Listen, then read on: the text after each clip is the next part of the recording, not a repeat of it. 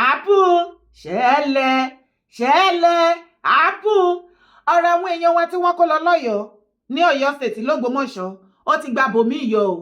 General Musa ti mú latest information jáde o. ẹ̀jẹ̀ àdébẹ̀. Bandits threatened to kill abducted Oyo pupils and teachers if troops move closer. Minister of Defense Christopher Musa. Nigeria's Minister of Defense Staff Christopher Musa has disclosed that the abductor of the Oyo school children threatened to kill all the victims if security forces attempted to move closer to their hideout, saying the criminals were using the children as bargaining chips to secure the release of some of their commanders in military custodies. Explaining the delay in rescuing the abducted pupils, he said they have threatened that if we come any closer, they are going to kill all the kids. He added that the kidnappers believe holding the children for ransom could pressure the military into releasing some of their commanders. Musa also backed calls for tougher punishment for kidnappers, including the death penalty, saying there must be deterrence. The laws are soft, and that is why people take advantage. If they know once you commit an offense, there must be punishment. Let justice prevail. General Musa kan náà tí gbogbo wa mọ̀. Àwọn ni wọ́n mú latest jáde nínú information ṣé mo wí pé Mákindé ò sọ nǹkan kan nípa ọ̀rọ̀ yẹn. Ipe nǹkan tí wọ́n fẹ́ lélẹ̀ ibi tọ́rọ̀ dé dúró lélẹ̀. Ó kàn bọ́ síta ó ń release video ó fi yín lára balẹ̀.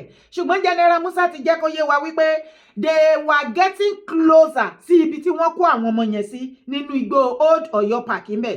Ṣùgbọ́n information tó tẹ̀ wọ́n lọ́wọ́ ni wípé tó bá mú ìgbésẹ̀ tó bá sún ẹsẹ̀ síwájú sí ibi tí wọ́n dé dúró yẹn wọ́n máa pa gbogbo àwọn ọmọ yẹn pátápátá àti gbogbo teacher àti everybody. Wọ́n ní ìdí tó sì ṣe hold wọn ni wípé àwọn commander terrorist wọn ó wà ní custody àwọn military base àwọn military. Wọ́n wá fẹ́ fi àwọn ọmọ yẹn àtàwọn teacher yẹn láti fi bargain kí military kan release àwọn commander terrorist kan tó release àwọn ọmọ yẹn. Ṣé rí ibi tí ọ̀rọ̀ ń lọ. Mákindé tó jẹ́ executive Ọ̀yọ́ state kò rí ìkọ̀kọ̀ sọ, kò ní information, kò ní anything. Hey, pẹ̀kẹ̀lẹ̀ arúgbó jẹ gbèsè ta ni ó san pa. Àwa wí Mákindé wá ń gbé Tinubu sí under the bus, ó throw under the bus lọ́dọ̀ àwọn ọ̀tá ẹ̀. Ó ní president of Nigeria o kò pé òun láti kí òun lórí àwọn ọmọ tí wọ́n kó bẹ́ẹ̀ ni wípé ó kàn bẹ́ẹ̀ ni kó ta lára. Àwọn àṣírí pọ̀ tí mo fẹ́ tú nínú fídíò yìí, mo fẹ́ kó farabalẹ̀ kó gbọ́ àlàyé mi ni o. Ṣé president ló máa kọ́kọ́ pè? Ṣé president ló máa pè ohun tí nǹkan ṣẹlẹ̀ ní territory ẹ̀ tó yẹ kó ti kọ́kọ́ mú tẹlifóònù ta ló yẹ kó kọ́kọ́ pè? Kì í ṣe president ló yẹ kọ́kọ́ pè pé president o nǹkan bẹ́ẹ̀ ń ṣẹlẹ̀ ní territory o kí federal kọ́ dẹ̀ mọ̀ bó ṣe máa bá ẹ dá sí. Ṣùgbọ́n ò pé wọ́n ò fi lọ wọ́n ò ṣe níṣe wípé ọmọ Yorùbá jẹ́ ọ̀lẹ́jọ́ jẹ́ tó bá jẹ́ pé Haúsá àbí Southern mi òun ló wà bí àṣẹ president ṣé ìwà tí Mákindé wù òun ló máa wù?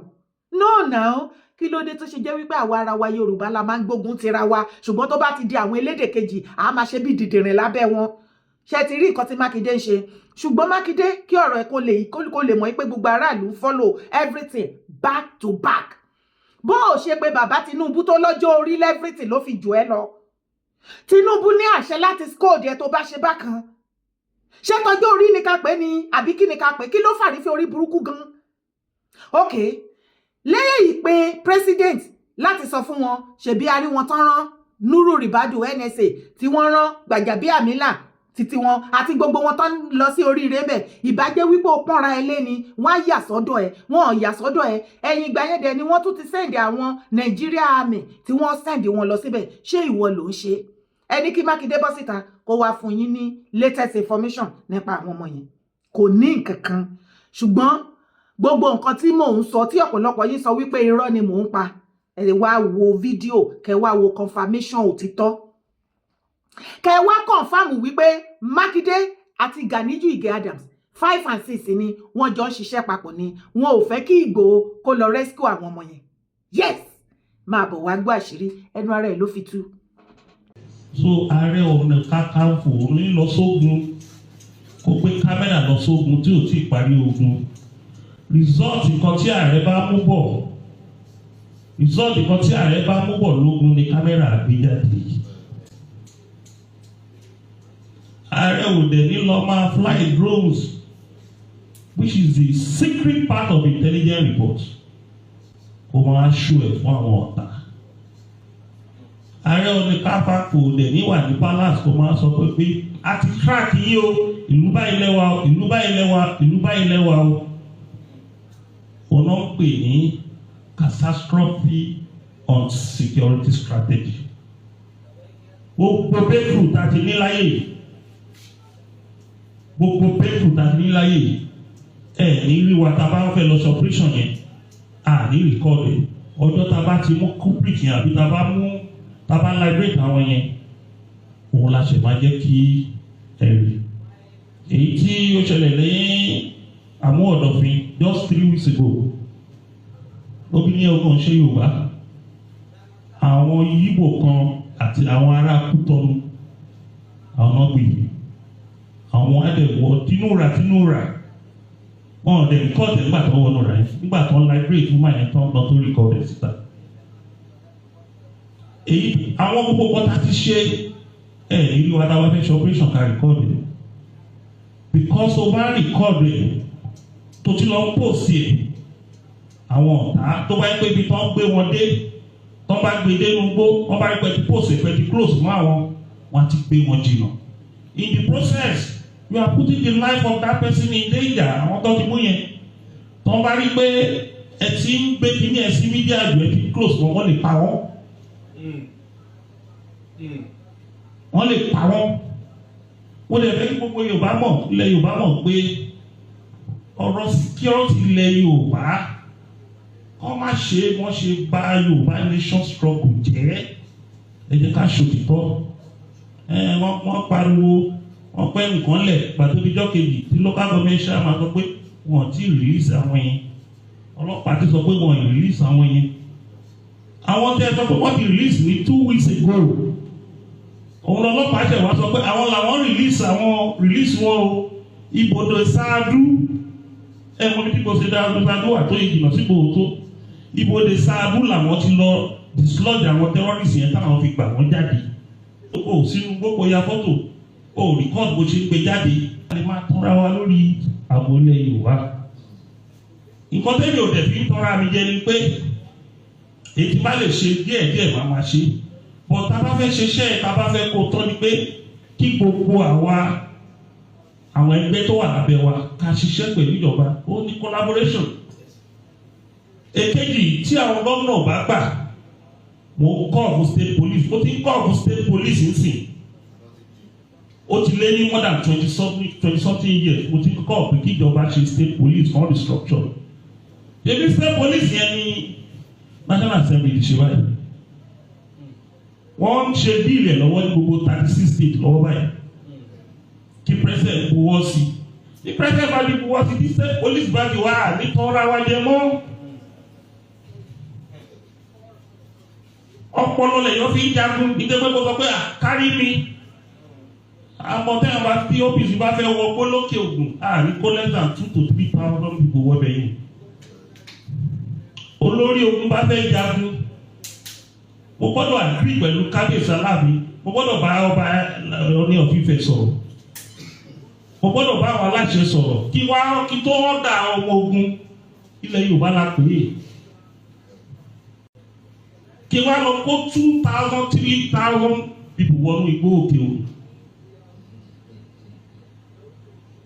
Tí Gómìnà Mákindé ò fọwọ́ sí. Ṣé mọ̀ pé èèyàn ti kógun wọ̀lú láì jẹ́ kó lórí ìlú mọ̀ yẹn. Ṣùgbọ́n tẹ bá ṣiṣẹ́ pẹ̀lú gómìnà, wọn ní impose coffee against yín. Àìṣiṣẹ́ pẹ̀lú gómìnà ni gómìnà wò pé ta ló improve security architecture wẹ̀yìn. Gbogbo strategy táwọn ti ń map láti ilẹ̀, ẹni yìí mà ti ń dàrú mọ́ àwọn lọ́wọ́ pẹ̀lú fídíò tó ń ṣe pẹ̀lú kíní. Gbogbo plan ta ní, bóyá wọ́n fẹ́ pèsè ransom ni, àbáwọn ọlọ́pàá fẹ́ hit wọn ni, ọgbọ́n ẹ̀ máa dàrú, wọ́n ṣe declare coffee ni. Experience ni. A ti mọ̀ pé ìjọba á ṣe owó ẹ̀ fún ẹ tó bá collaborate pẹ̀lú. Torí tó bá lọ gba ṣáì mọ́ ìjọba lọ́wọ́, àwọn aráàlú á máa pariwo pé kán resign. If an individual organization bá ti ń ṣe security kí ló ń gbowó kí ló ń gba location fún kí làwọn sọ́yìn yẹn fún kí ló campaign fún so rival wà láàrin èèyàn àtijọba tó bá collaborate pẹ̀lú mo fẹ́ fún yín ní good example tí ẹ̀yọ́ bá jẹ́ landlord nínú ilé tó ẹ̀ kò lónìí nínú ilé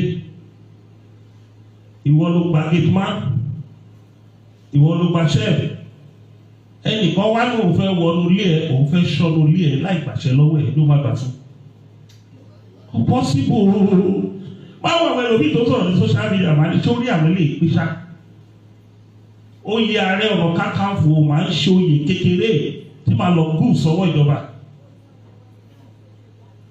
tí mi ò ní bá ìjọba sọ̀rọ̀ tí máa lọ place wọn lọ́wọ́ tó wá fi mí gba star mi ò dé ọwọ́ tí mo wà yìí nítorí mi ò ń ṣe ọ̀rẹ́ ìjọba tó wà lórí oyè àṣọ rẹ̀ wọn ò fẹ́ ń lò ló dání ẹni tó ń fò káàkiri ọ̀rẹ́ ìjọba ni lọ́wọ́ gbogbo ẹ̀mọ́ mọ́ ọmọ fúnra wọn lóògùn jẹ fúnra wọn ni tí n bá sọ wípé Gani àti Mákindé ń ṣiṣẹ́ papọ̀ ọ̀pọ̀lọpọ̀ yín máa ń rò pé àsọdùn ni òun gan fúnra lára á máa wò pé báwo ni gbogbo àwọn information yẹn ṣe ń dọ́wọ́ mi information pọ̀ ńlẹ̀ kí nǹkan má bàjẹ́ lèmi máa ń ṣe ó máa ṣe o nínú nǹkan tí Gani sọ nínú fídíò yẹn èwo ni àti ìsọtẹ́ tí ìgbọ̀n bẹ̀ ọ̀pọ̀lọpọ̀ yín á máa rò pé irọ́ ni ká lè mọ̀ wípé Ganiyu Ige Adams ó ń ṣiṣẹ́ papọ̀ pẹ̀lú Mákindé ká ti bẹ̀bẹ̀rẹ̀ ó ní ìgbà tí Ìgbòho wọ inú igbó Old Ọ̀yọ́ Park tó wá súnmọ́ ibi tí àwọn abductor tó ń kó àwọn èèyàn wa látògbómọ̀ṣọ́ tó ń fẹ́ máa súnmọ́ bẹ̀ ó ní Mákindé tètè gbé kọ́fíù jáde kí ló wá tún sọ nítẹ̀síwájú ó ní nítorí wípé Mákindé Èkó state governor wá wò wípé just commoner person kan ó ń bọ̀ wá outshine òun ní state òun ó fẹ́ wá gboríyìn iṣẹ́ mọ́ òun lọ́wọ́ àbó ògbọ́ lẹ́nu ẹ̀ bóyá kò tútù play kó gbọ́ ṣe ráyè Mákindé ṣe rí bó ṣe ń fi ẹ̀mí àwọn aráàlú tó fi ń tafàlà a ní kò ṣe kò jólúrè ṣe ó dìgbọ́kọ́ lọ́wọ́ olúrè ó dìgbàdà rẹ̀ ọmọ kọ́gi láti ìgbà tó ti kó wọn lọ ǹjẹ́ rí ẹni information kankan pàtó báyìí kó jáde látẹnu Mákindé ò ní information kankan kò ní information kankan èyí tí mo kà fún yín tí General Musa sọ yìí báyìí Mákindé ò wà wé kò mọ̀ kankan torí kò bá federal ṣiṣẹ́ papọ̀ ó ń dá ṣiṣẹ́ ní bó ṣe wà yẹn ẹ̀yin Ọ̀yọ́ state ẹ̀ tí mo wí pé ó gọ̀dù lẹ́wà ṣùgbọ́n kéèsì ẹni tẹ̀ bá ṣe yín bó ṣe wà yẹn Mákindé ti dá dúró fún ìjọba ara ẹ̀ kò forí sí abẹ́ ìjọba bàbá Tinubu kò bá ìjọba bàbá Tinubu ṣe ó ń bá ìjọba bàbá Tinubu yòdì àti Tinubu fúnra lára ẹ̀ tí ò bá wá rí bẹ́ẹ̀ ó ní Mákindé ó rí wípé Ìgbòho fẹ́ outshine ó fẹ́ gba shine ó fẹ́ gba glory pé òun lòun máa release àwọn ọmọ yẹn ó fẹ́ gbà mọ́ òun lára ó wá gbé kọfí jáde òun ló mu tó fi wá gbé fídíò náà jáde ká lè má mọ̀ Gani ló máa pè é wọ́n jọ ń ṣe meeting ni wípé ṣé o máa lọ́jú kalẹ̀ tó jẹ́ kó yí bọ̀bọ̀ yẹn kó ṣe kinní kan just the same way tó fi lọ sọ́dọ̀ Aláàfin tó pòkọ ọ̀tẹ̀ tó pò fún bàbá Aláàfin òun náà ló ṣe fún Mákindé ìpè Mákindé Ìgbòho máa gba kinní yẹn mọ́ ẹ lọ́wọ́ wàá rí sí everybody àbádọ́nà Ìgbòho everybody á máa praise kiri òun ló fún Mákindé ní àìdíà yẹn gbogbo àìdíà tí bá wá sọ fún yín wípé gbogbo lẹ́tà tí àwọn terrorist kọ Miyetti Allah ní Ọ̀yọ́ àti everything tí Mákindé sọ nínú fídíò tó release press release ọjọ́ mẹ́ta wàá rí wípé iṣẹ́ ọwọ́ Ganiyu Ige Adams mo dẹ̀ ti sọ nínú fídíò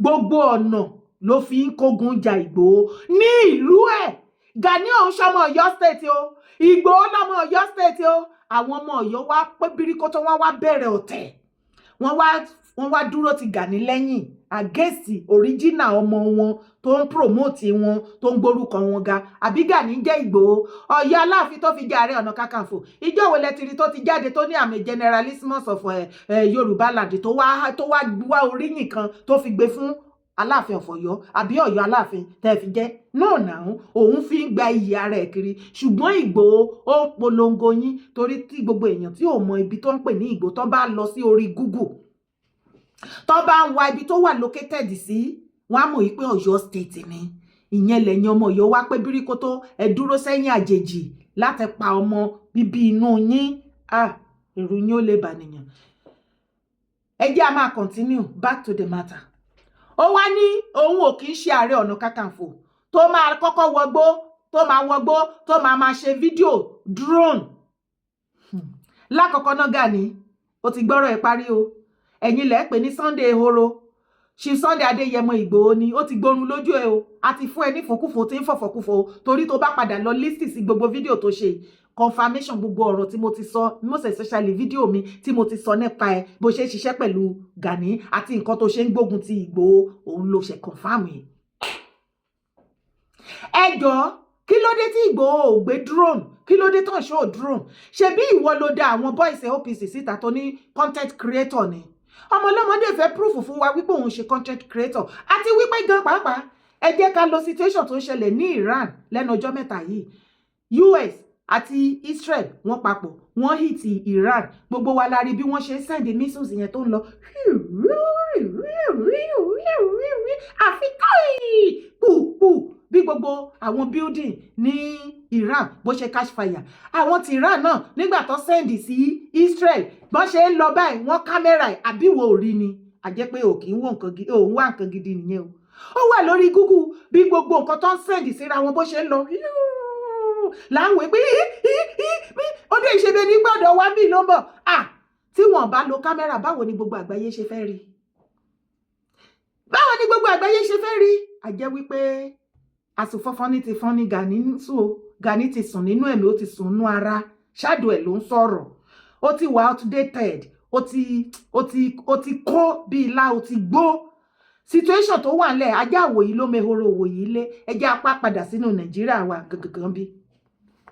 Ẹ jọ̀ọ́ ṣé ẹ kì í rí fídíò tí àwọn sójà wa níbi tí wọ́n ti ṣe tàtàtà ara wọn pẹ̀lú terrorist inú gbó ní northern part of Nigeria, tí ìwọ àtẹ̀mí á máa sọ pé so inú Nàìjíríà náà ló ti dojú ogun yìí báyìí, ṣé Nàìjíríà náà lélẹ̀?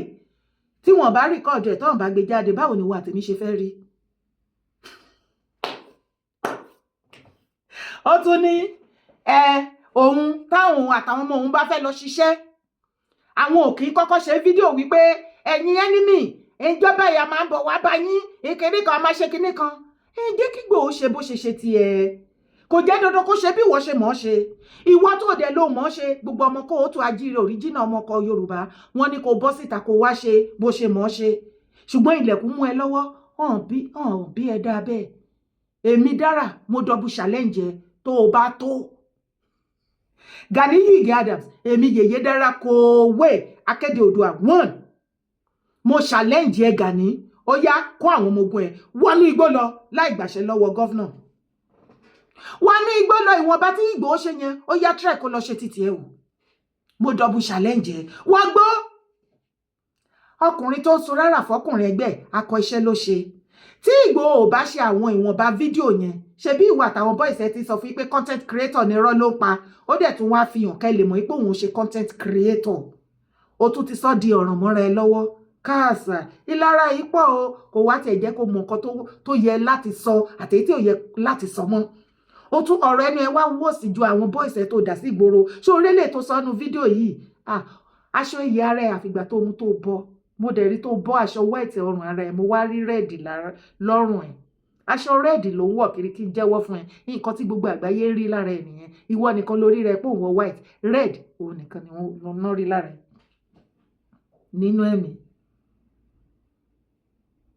Tó bá try anything pẹ̀lú mi, á backfire sórí ẹ ní ọ̀nà méje, ní ìlọ́po méje. Don't try me. Ó tún tẹ̀síwájú. Ó lẹ́ni tó bá máa ṣe irú nǹkan bẹ́ẹ̀ yẹn, á kọ́kọ́ lọ gbàyè lọ́dọ̀ Aláàfin, á tún lọ gbàyè lọ́dọ̀ Ọọ̀ni. Ṣé bó ti lọ sọ́dọ̀ Aláàfin, ṣèbá Aláàfin ṣígun fún ẹ? Ó ṣe bẹ́ẹ̀, ó fi wọ́n gún lágídí bẹ́ẹ̀ ni pé ó gbọ́ nǹkan kan. Aláàfin ní Gani àsìkò ti tó kó wọgbó lọ. O kò dé ní eléyìí ẹjọ́ òfàtàdánù ló ń rò kiri. Ẹ bá rí ẹ lọ́dọ̀ bàbá wa Ọọ̀ni Ìrìṣà. Tó bá lọ padà wo fídíò yẹn, wà á ríra ẹ ó rí pẹ̀sìn lókù tó ń ṣe káàkiri àgbáyé. Even gan brother wa tó jókòó tiẹ̀ tó fi ń sọ̀rọ̀ ọjọ́ ẹ ti sú. Ìgbà tó lọ sọ́dọ̀ bàbá Ọọ̀ni náà, bàbá gan kọ̀dẹ̀ ò ṣáà wí nǹkan tó fẹ́ wí kó máa bá tiẹ̀ lọ. Ẹ̀tẹ́ lókù tó wá ń tẹ́ káàkiri ayé, bó ti ń tẹ́ lọ́wọ́ akọ ló ń tẹ́ lọ́wọ́ abo, bó ti ń tẹ́ lọ́wọ́ ọmọdé ló ń tẹ́ lọ́wọ́ àgbà. Gani ò tí ì mọ̀ wípé àsìkò ẹ ti tán nílẹ̀ Yorùbá, ohun tí gbogbo Yorùbá ń sọ fún ẹ nìyẹn. Ó tún wá tẹ̀síwájú. Ó ó ní nítorí ìgbà tí Ìgbòho fẹ́ wọnú igbó yẹn lọ tó fẹ́ lọ gba oríyìn ìgbà yẹn ni Mákindé gbé kọfí jáde ṣe bó ó ti confam ẹ bẹ́yẹn.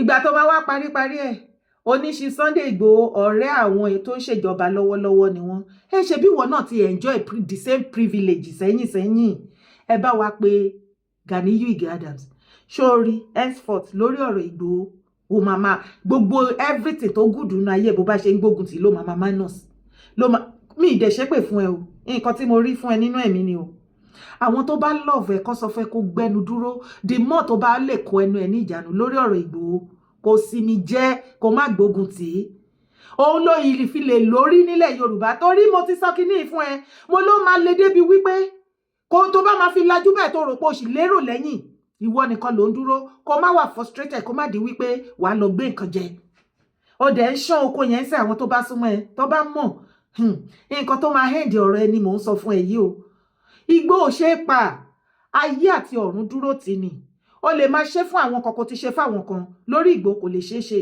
lọ sọ fún Mákindé pé 1 billion Mákindé ò lè rí nǹkan kan ṣe fún Ìgbòho ó ti try gbogbo ọ̀nà ẹ̀ èyí tó kù láti sìn lọ títí wọ next year tó fi máa kúrò ńbẹ̀ tí ò bá jáwọ́ lórí ọ̀rọ̀ Ìgbòho bẹ́yà ó dẹ̀ fẹ́ jásẹ̀ ni kò yé mi ẹni orí dá orí ti dáná ẹ̀yin ọmọ Yorùbá ṣe rí àṣírí ṣe rí gbogbo nǹkan tó ṣẹlẹ̀ pé Ganiyu Ige Adams àti Mákindé àti àwọn terrorists Ọ̀yọ́ àwọn Miyetti Allah bó ṣe ṣiṣẹ́ papọ̀ lélẹ̀ gbogbo Fúlàní tẹ̀rí tó bọ́ síta Gumi tó bọ́ síta tó ní kán lọ wọ́n ní Ìgbòho àti Fúlàní tó ń ṣe fídíò Gani ló wà brain behind everything gbà mí gbọ́ bó dẹ̀ gbà gbọ́ kò kàn mí ibẹ̀ ni kọ́kọ́ là ń lo ti mọ̀ tẹ̀lé mi. ìbá mi rìkọ́dù kí ni wọ́n ẹ̀kẹ́ sọ fún Mákindé kó gbọ́ o ṣòkòtò kan lájọ wọ̀ yìí ìbàntẹ́ òkè tó máa tu òkè ni tó máa tu ẹni tó bá ti gbẹ̀yìn dání kó. I was the sole person that you saw in your election 4 years ago. Níbo náà ti wá dá àbádà sọ́run ọmọdé tó sọ pé òun máa tọ́nu ẹ̀ sí Gbàgàdì. Àbádà aṣọ ṣe mí wọ́n da sọ́run ẹ̀ kò lágbádá. Oníṣẹ́ lè bẹ̀rẹ̀ kọ̀ǹbàtì sí Gbàgàdì. Ẹ jẹ́ ọ́sà o. Ẹgbẹ́ àwọn bàbá wọn ni jẹ́ o. Ẹ máa tàwọn àgbà wọ́n jù mí lọ mo dẹ̀ respect wọn lájọ sí gómìnà. Wọ́n ti mú mi. Study dáadáa. Gbogbo ogun tó bá sọjọ́ gbé mo ré pa ẹni tí Buhari gbé mo ré pa ẹni ẹ̀kẹta tó máa ṣáàjì mi sí kóòtù ni mo ń lọ mú bọ̀ ni ó bá ti mọ̀ tó wá sọ fún ẹ o ṣùgbọ́n tó bá ti lè lọ forí kójà kárí wò wò lá máa bẹ̀rù èyí o iṣẹ́ ayé la wà nínú ẹ̀ sá o má tọ́ mi o gbogbo ibi tó lọ nílọrin tó lọ ṣògùn nípa mi àwọn mẹ́rin tápátá torí mi ìfá òṣì kó tẹ́ kó kàbùkù nílọrin wọ́n rò pé mi ò mọ̀ ṣíọ̀ ẹjọ́ gbogbo ẹ̀kọ́ bí púpọ̀ fún Ondo State àwọn òwúlé dẹ́dẹ́ mẹ́ra họ ajagun ní o tó ra gbogbo ní mo já ọ first tẹ̀lé ogun second tẹ̀lé ogun èmi rè báyìí o wọ́n rò pé máa lọ sí FCC mi ní padà dé kò sẹ́ni ológbò tó lọ ilé ẹ̀kún tó pọ̀ ní akọni ni o ṣòkòtò lájọ wọ̀ ẹ́ sá o ìbá mi rìkọ́dù kí ni wọ́n ẹ̀kẹ́ sọ fún Mákindé kó gbọ́ o ṣòkòtò kan lájọ wọ̀ yìí ìbàntẹ́ òkè tó máa tu òkè ni tó máa tu ẹni tó bá ti gbẹ̀yìn dání kó fọgbọ́n máa gbé o àwọn tó ti ṣògùn sí Mákindé ti pọ̀ kò jẹ́ kó gbọ́ tàwọn èèyàn tó ràn lọ́wọ́ mọ́ wọ́n ti kọ́kọ́ lú ẹ̀. máa tàwọn Agagu is a very foremost leader a senior governor I was in their set amoromba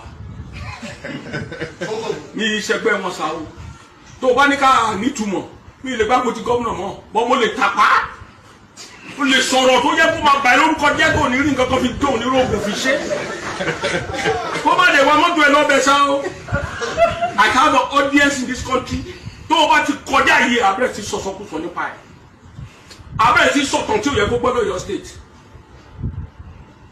ṣùgbọ́n gẹ́gẹ́ bí àgbàlagbà gbọ́dọ̀ túlé ká àgbàlagbà gbọ́dọ̀ jẹ́ sọ pé dandan wọn gbọ́dọ̀. mo wí náà bàbá Fáyọ̀ṣe ẹ ṣeun tẹ́ là wá níyè ẹ ṣì wá lójú oògùn ló ń ṣiṣẹ́ ló ń dáhùn lára Mákindé Mayor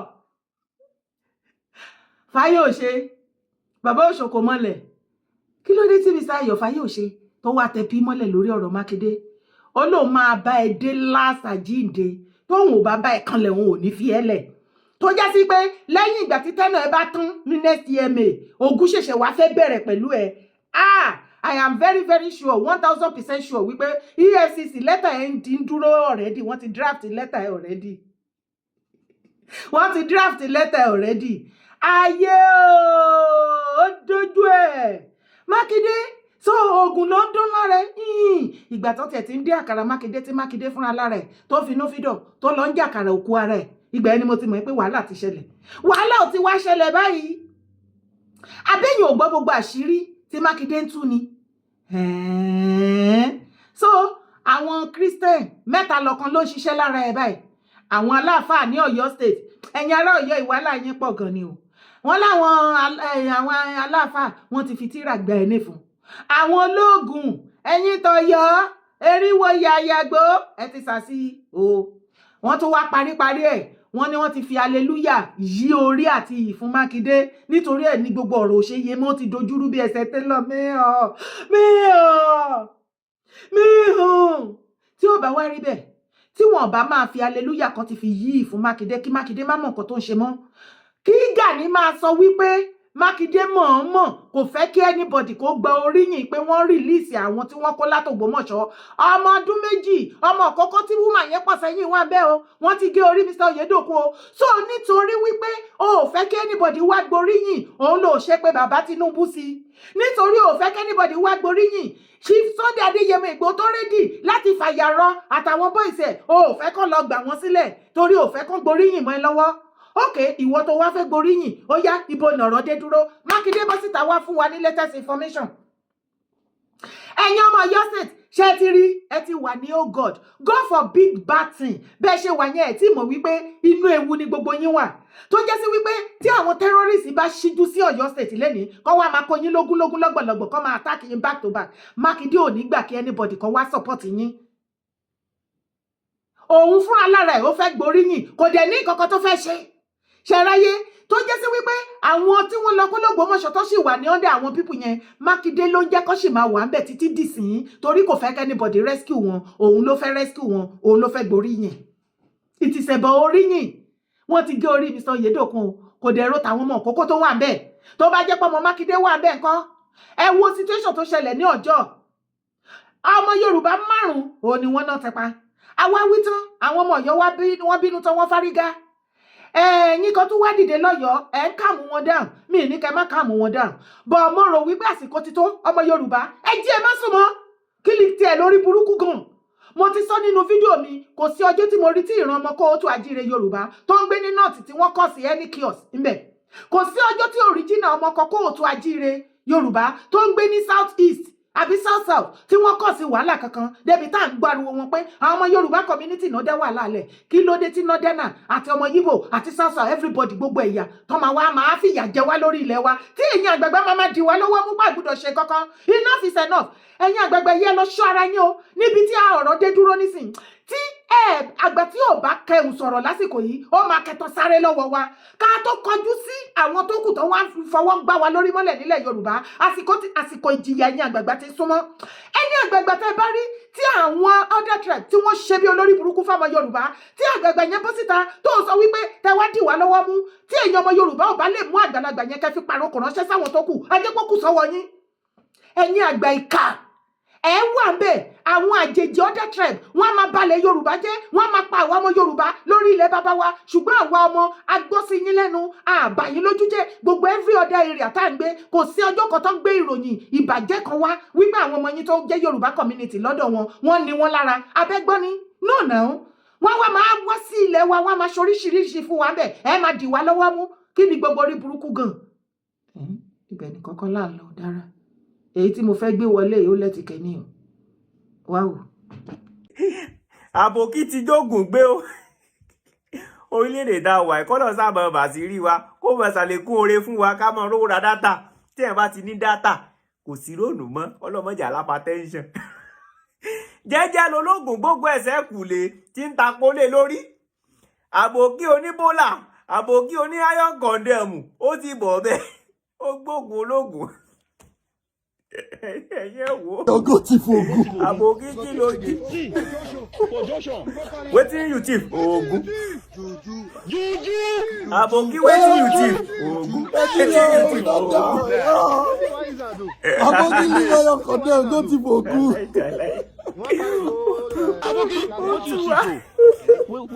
Oh Jesus! Ipò wá sí oògùn mọ́lẹ̀ tó gbógun ológun. No serious. Irú èèyàn wo lélẹ̀ torí ọ̀nà. Everybody dey craze for this country. Everybody dey craze. Everybody dey craze. What is this now? Aboki ni iron condemn go ti fogun.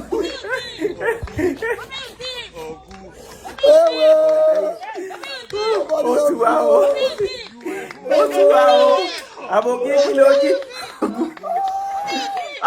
Nigeria my Kó ló fẹ́ ta country. oògùn sí torí Ọlọ́run. Ẹgbà mi yóò lọ ta oògùn fáwọn aláyọ̀ gọ̀dẹ̀ mọ̀ níláyé o. Ọmọ ìyá mi náà bá di irin àbòkí ó jẹ ọgbẹ́ o.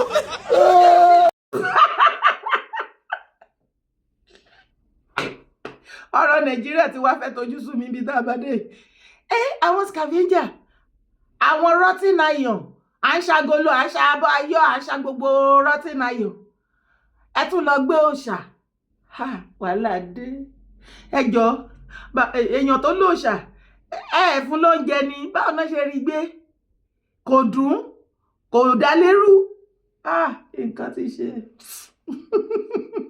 pé tí wọ́n náà rà